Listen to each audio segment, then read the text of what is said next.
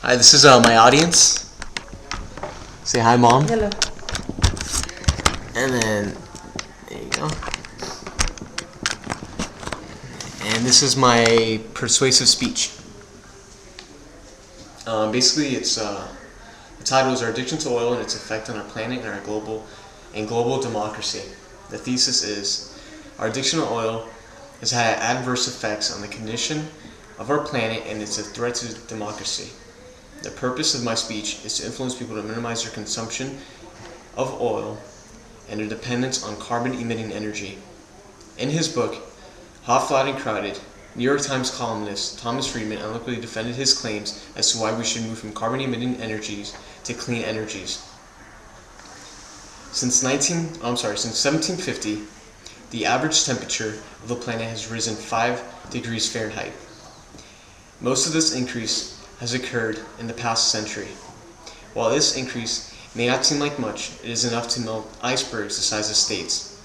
The hotter the planet gets, the higher the levels of the oceans rise. This century, we could see seaside cities even become part of the sea. Our global pollution of the planet has caused several prominent species to recently go extinct. According to Friedman, animals are disappearing at a rate 1,000 times faster than what is normal. The Ganges dolphin is just one example. The dolphin was a rare freshwater dolphin and only lived in the Ganges River in China. Pollution in the river caused most of the dolphin's food source to significantly lower in numbers, and consequently, a large portion of the dolphins starved to death. Besides the pollution's adverse effects, the dolphin was simply overfished, and in 2006, a scientific research group could not locate the dolphin and it was deemed extinct. There is no doubt that human activity and pollution has adversely affected the existence of these animals, and while we cannot do anything to bring these animals back, we can fight to keep the ones we do have. Also in his book, Friedman makes a correlation between democracy and cheap oil prices. According to Friedman, as the prices of oil goes up, the pace of freedom goes down. And as the price of oil goes down, the pace of freedom goes up.